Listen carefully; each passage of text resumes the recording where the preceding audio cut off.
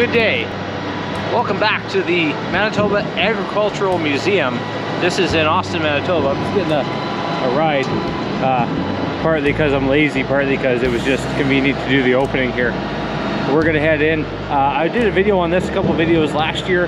This year, I wasn't gonna come back, but they're changing the theme up a little bit. They're doing vintage power sports. So usually they do a brand of farm machinery like John Deere or Massey or something like that. This year they're doing power sports. So snow machines, motorcycles, quads, who knows what else.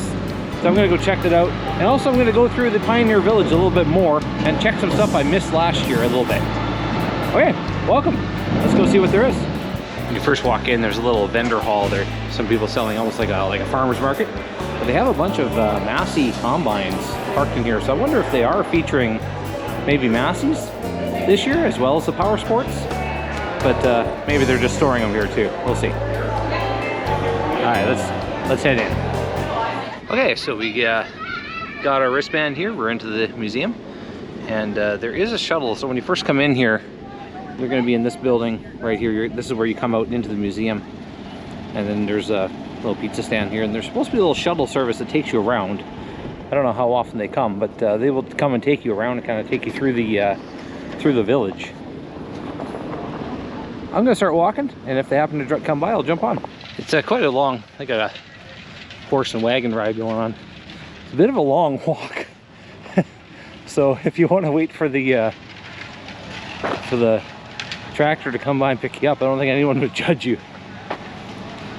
But here's the Pioneer Village when you first walk in. Oh yeah, here comes the shuttle now that we're here. There it is. And it is a Massey. I bet you they are featuring Masseys. That's a cute little tractor. I am going to swing through the Pioneer Village and get a couple things I really didn't see last year. Hopefully I can see them this year. So one thing I missed last year was this building here. This is the Manitoba Amateur Radio Museum. So they're preserving, researching, exhibiting articles of amateur radio and communications.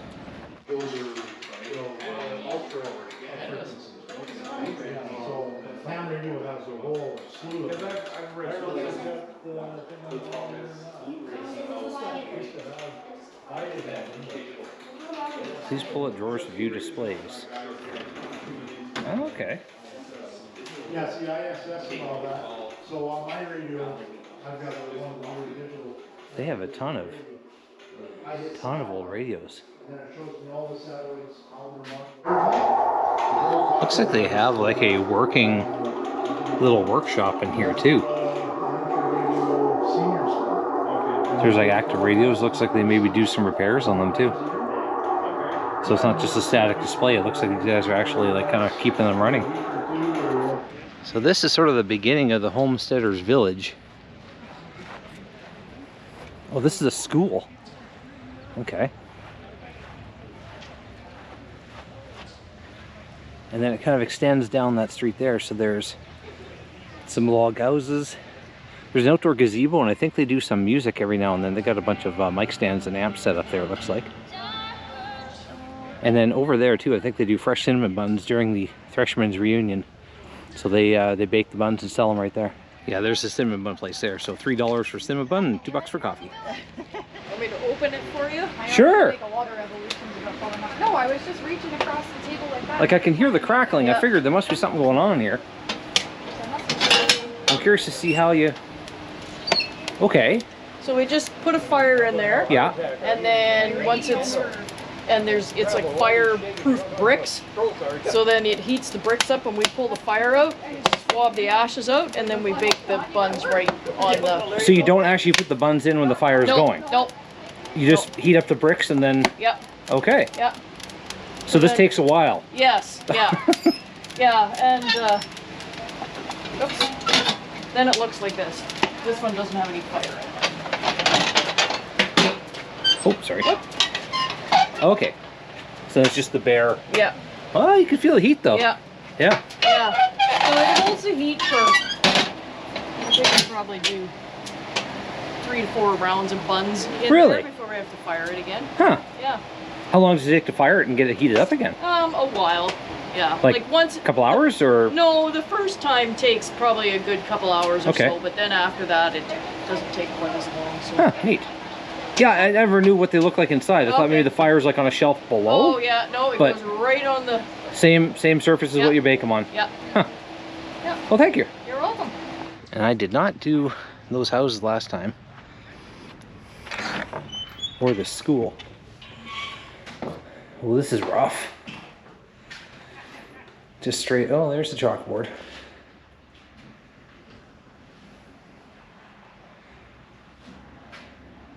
Just bench seating and desks. An old organ and a wood stove. Just one room. Yeah, they always ran the stovepipes like through the room on purpose to like spread some heat around. It's actually not a good practice for wood stoves. It cools the chimney and creosote builds up a little bit more, I think. But that's what they did. I'm not going to go in every building. I'm just sort of purposely getting the ones I missed. Plus I want to go to the blacksmith shop. I think they're doing some demonstrations there today. Oh, this is dark. Okay, they have it lit up so you can see it better. And the kitchen. Little cook stove. It's very short. Like, you can see here. Like, here's me. Like, I could sit on it and burn myself. Hello, we have Brian here. You Hi. see, I have another video on my channel about his mill. You go check that out. Anyways, you're set up here. What are you guys doing today? So we're just showing how you turn wool from a sheep fleece into yarn. So this is a raw fleece that comes right off the sheep. Right. First thing we do is we'll lay it out like this and we'll skirt. We'll take off any manure-y bits. Right. Then we will wash it. Here you can see this is what it looked like last night. Right. And we washed it, and Much cleaner. it's like this. If you could feel that on the video, you'd notice that there's a lot less of that lanolin greasy Yeah. feeling. You can see the locks are still holding together, so it's not really great for spinning into yarn yet. So we would break those up using hand cards like this. Okay. You would do a brushing action, and Right. that would add a lot of loft and air. Or you could do it with this device here called the drum carder. So So these are turn- both the same they do operation, the same just thing, yep. mechanical instead Two of different yeah. ways. So the brushing, the carding happens between the teeth here or Right. between the teeth there. Okay. And then you get something like this. This has been commercially prepared in our mill. Yes. This is a bat. So if we laid it out, it would be a big rectangle, maybe 2 feet by 3 feet or something. Okay. That could be put into wool blankets. Or, Okay. Like as a This is- filler. Yeah, that's right. Yeah, okay. Stuffing. Or the other format we have is called roving. Yes. So basically, when it comes out of the machine, there it gets compressed down to a thin strand like this. Right. And that would be for spinning. Okay. And there's a little bit of a missing step that we don't Yeah, have I was gonna demonstrated say, here, you but then gotta- it turns into yeah. yarn. Yes. That gets twisted. Well, if you want the full deal, you can go check out the video. I did a whole tour of your mill, so if they want more details, I'll put the link in the description. Thanks, Jeff. Okay, thank you. Post office. And a lot of these places I did last year, but I want to go to the blacksmith shop.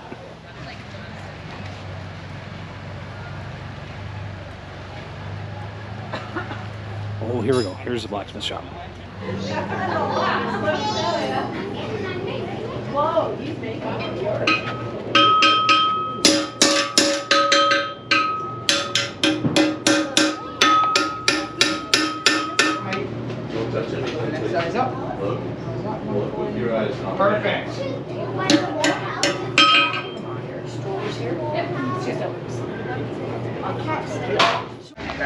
They didn't have the furnace going or nothing, but they were making little rings for people out of nails. They had those like looked like a bird's beak kind of pliers with different thickness. So it was, depending on where you set the nail, it sets a different finger size, and he just pounds it around the thing. So at the end of the village, you gotta come out on the railway tracks, and this is an old train station they have here. I'll walk through that because I think I missed that last year.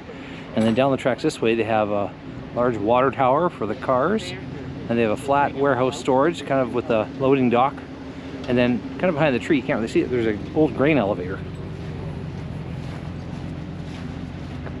There, you can see it a bit better. So this is not part of the regular museum, because I know last time I was here, this was not here. So this is our portable layout. Okay. Sorry, who are you guys with? I can't. Portage Mall Railroad Club. Oh, okay. So you guys are from Portage? Yep. Yeah. Okay, cool. We're in the old CP station. Oh, is that on 3rd Street? Yeah. Okay. This is nice.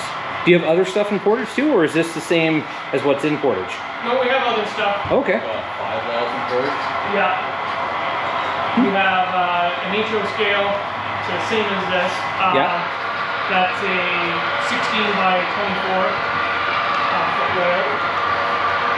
We have a O scale layout that is a 5 by 30 down length. There's an O scale that goes around the perimeter of the room up high at the ceiling. Okay. And we have an N scale that is a British team. We were donated that by Selkirk Club, who was donated it by the family of the guy who made it. Okay. Yeah, this is neat. Yeah.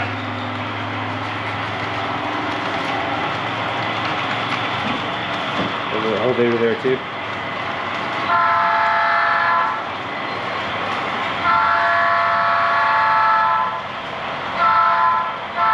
Each one of the locomotives has a computer in it. Really? Yep. They're all computerized. Yep. Huh. And then there's a command station that talks to the locomotives through the rails. Yes. And then we're running it off our phones. Nice.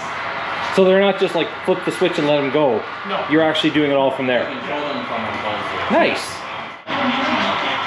Oh, are you kidding me? Are those actual little knuckles? Yep. Huh. Just like the real things. You guys need a bigger room for next time. Yeah. Well, Although I get it, like you're in the train station, that makes total sense. well, it was here or in the red grain house over Yes. there.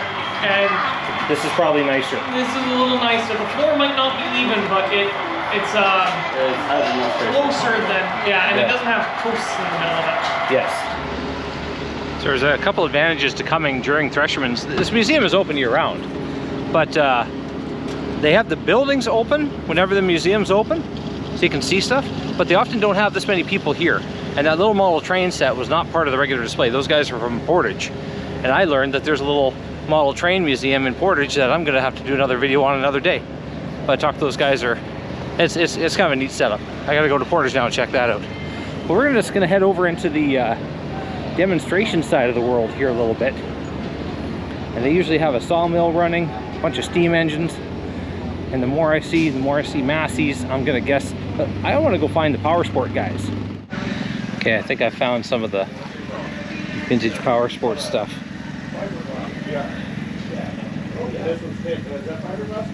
1964 Boland's Husky. It's like got the pulling unit and you sit on this toboggan that's being towed. Interesting.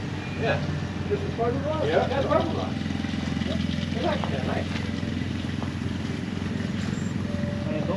still don't understand that rustler. No, It's so cool. It has no purpose, but it's so cool.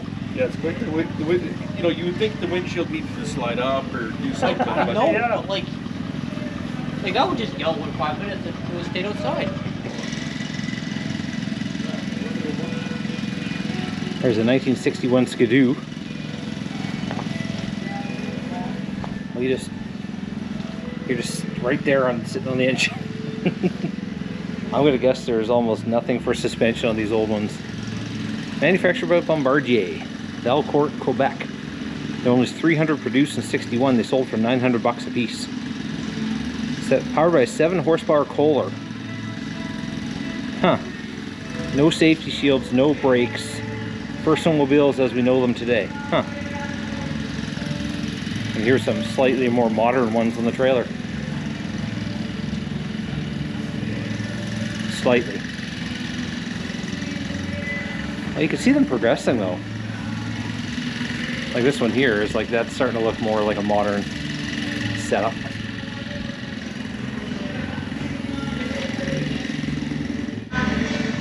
This one has a little sled you can pull behind. It's just a passenger.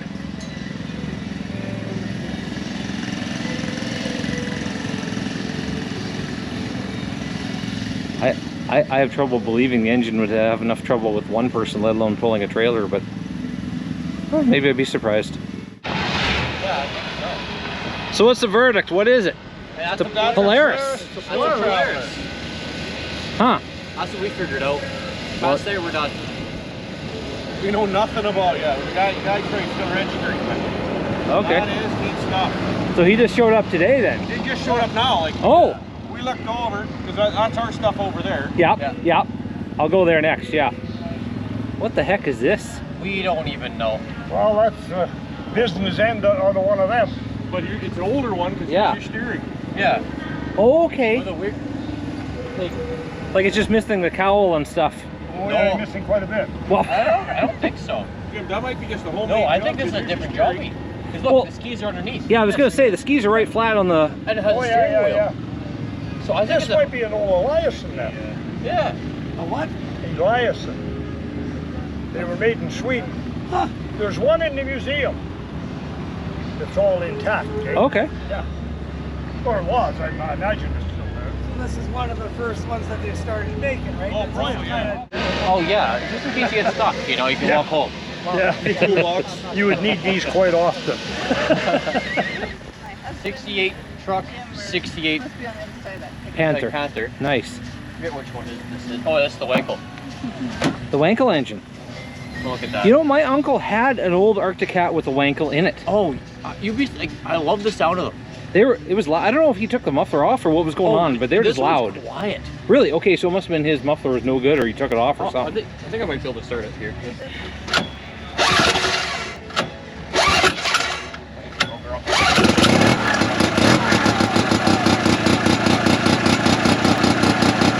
Yeah, that's definitely quieter than my uncle's stuff. Well, what about Bob's? Is Bob's louder? Oh than yeah, that? Bob's louder than this. But yeah, this one right here, like, there's a few made, but Yeah. they weren't a big thing yet. Yeah. Like in 72 on the other hand, they made over 10,000 of them. Yeah, and I don't know what year my uncle's was. Yeah. Now I'm gonna have to call my dad and ask him because he still got it sitting in his shop. Really? Oh yeah. I might need to talk to him then. I might need to talk to him. Okay. That's your whole fuel system. And they come out. Yes, Like you you could. swap. Oh, okay. So what the original part was, so old Jim, he had a system for the old big trucks. So you were able to have up to 3 tanks with it. Yes. So you'd be like, oh, I want to use this tank, so you switch it to this tank. Yeah. Oh, we're running low. You switch it and use that tank. Okay. And then it just ran into here. This is not a stock unit because like when you really high humidity, because it's a Wankel, it's basically vacuum. Okay. Like so, he made it it's like a warm air intake. So let's say it's gonna be you need some hot air. You close this off, it sucks right by your exhaust system, so it's warming it up. Okay. And then then you need a bit cold air. You open it up. Huh. So it sucks in cold air now, and therefore it won't freeze up on you. Huh. And it freezes this guy up solid. So with the hot air intake, You can warm it up. And you keep warm it- up the air, Okay. therefore it won't freeze on you. This one right here, this 74, I built for her, and it came out of his little Jim's junkyard. It had a tree growing through it. I do a lot of body work to it. This guy is a single with the original carb. Okay. Yeah. It has electric start, so my mom can start it. Let's say, hey, she wants to go out without us. She can. That's what I was thinking. And also, if you take off the skis, you can throw it into a 6.5-foot box and close the tailgate. Over 10,000 miles on it. Never been rolled over. It'd been close. Those are original miles. Nice. Original hood to the machine. It's the infamous big mouth hood. Like they are like hen's teeth to try to find. Okay. And this Puma will stand up on you. Really? Oh yeah. You said it was 74? 71. 71. And was it right there is 60 mile an hour. And the actual back rack on it came out of where's it? It's, Toronto, like Ontario. Right. So they were an option, but because they were Canadian built, Yeah. hardly any American machines have them. Right. That's why. Okay. Yeah. And then you got the 70 cat cutter with Tony in the back. That's Tony. Yeah. Tony, he's not very talkative today. No, well, if I was dressed that warm in the heat today, I would probably not be talking either. Oh yeah.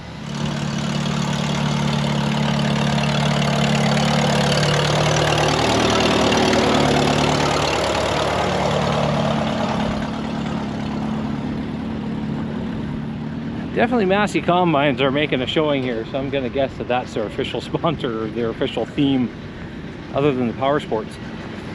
There weren't as many, I didn't see any vintage motorcycles. I don't know if they just have the snow machines, but that one red Polaris we looked at, the guy just showed up, so maybe there'll be more exhibitors showing up as the show progresses here. But if I find any more motorcycles or something else vintage power sports, I'll grab it.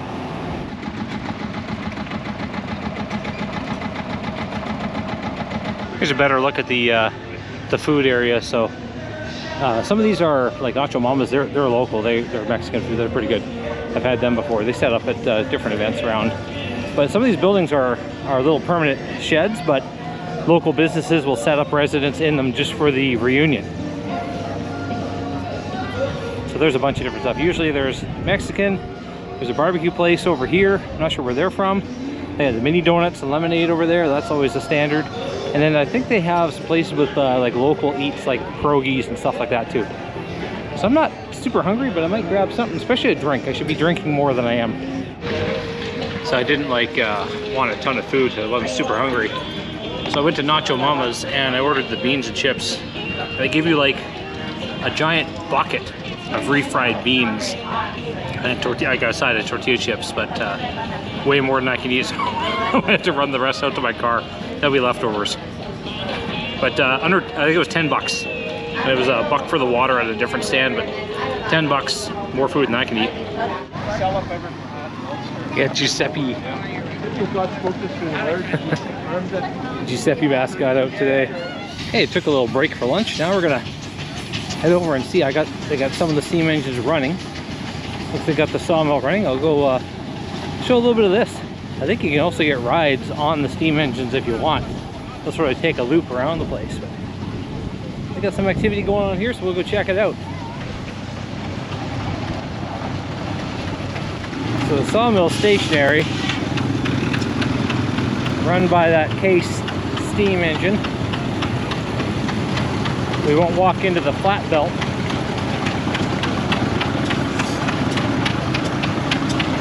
There's the big saw. Oh, here we go.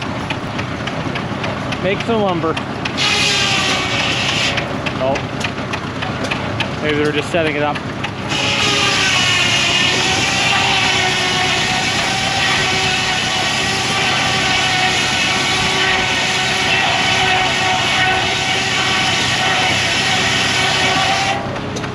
Just like that.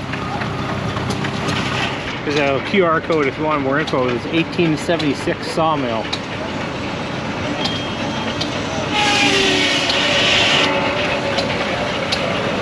Whole thing's on a little bit of a trolley. You can just go back and forth.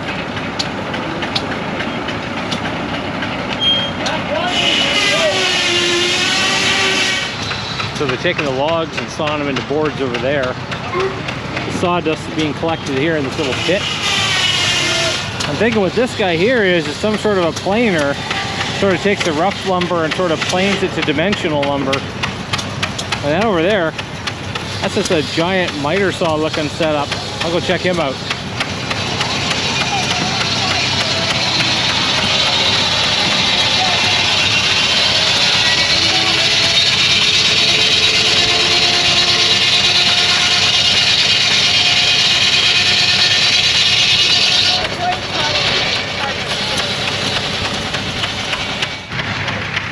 I had to back up a little bit, get away from the noise so I can explain. So that big miter saw looking guy, that's actually called a shingle mill.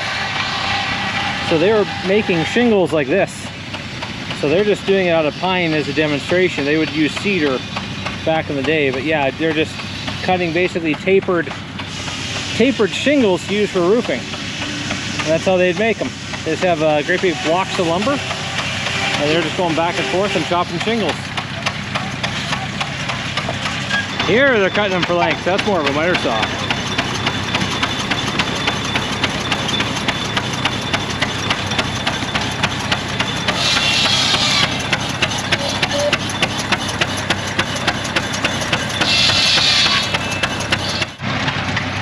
right, so I got the talking to a couple people there just before I get filled in on what's going on. So here they're cutting the rough lumber off the log. Then they go through, the next machine is called a sizer. And that takes off the ends, like the two sides, so it'll take off some of the bark and whatnot. And it will cut it into 2x6s or 2x4s, whatever they're making there. Then they take the cut lumber, the bark strips and the trim, they go over to that little chop saw, and then they're just going to chop that up for fuel for the steam engines. But the good lumber they put here, and then this is a planer. Then they're going to plane it down and smooth up the lumber, so then that's ready for construction. And then I guess whatever blocks they have that they want to make, they can make shingles out of them at the shingle mill. They got a whole very loud outdoor factory of lumber stuff going on.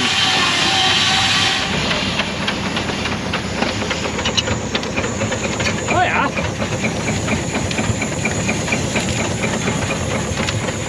You just keep stuffing in wood till you can't fit no more, or is there an art to it? Well, it's part of being a fireman.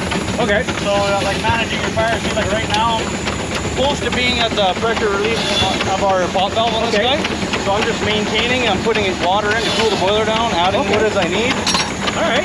There's a bit of an art to being a fireman. Okay. To doing this. Yeah. Because like that, you see that one popped off? Yeah. Might have been just checking the spot valve, make sure it's good. But usually a good fireman will never pop a pot valve. Yeah. Because everybody says that you're wasting water by doing that. Oh, okay. If you're blowing steam out, that's water you could be using.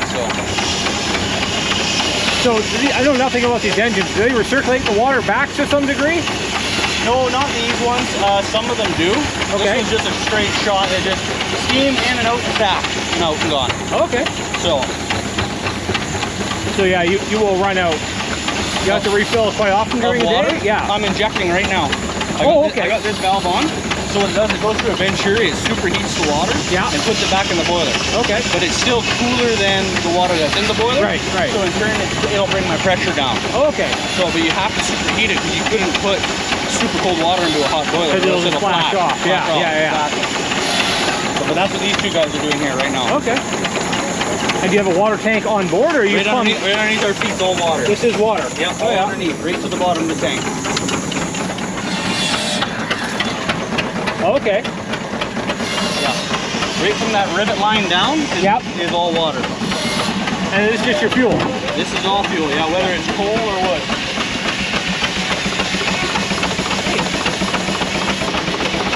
Thank you. Yeah, no problem.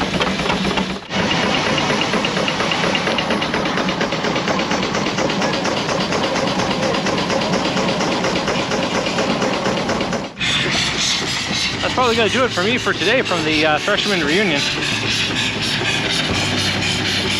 We got an engine he wants to pull in. They have a dynamo over there he wants to hook on and see what he can get out of this engine.